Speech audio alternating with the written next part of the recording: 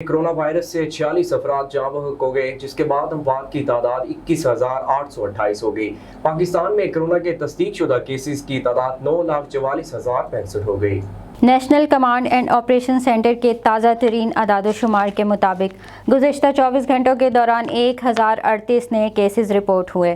पंजाब में 3,44,379, सिंध में 3,29,279, खैबर पख्तूनख्वा में 1,36,313, बलोचिस्तान में 26,331, गिलगित बल्तिस्तान में 5,734, इस्लामाबाद में 82,207, जबकि आज़ाद कश्मीर में 19,822 केसेस रिपोर्ट हुए।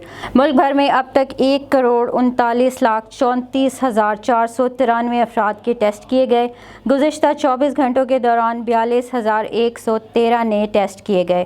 अब तक 8,82,332 मरीज सेहतयाब हो चुके हैं, जबकि 2,490 मरीजों की हालत तशवीशनाक है।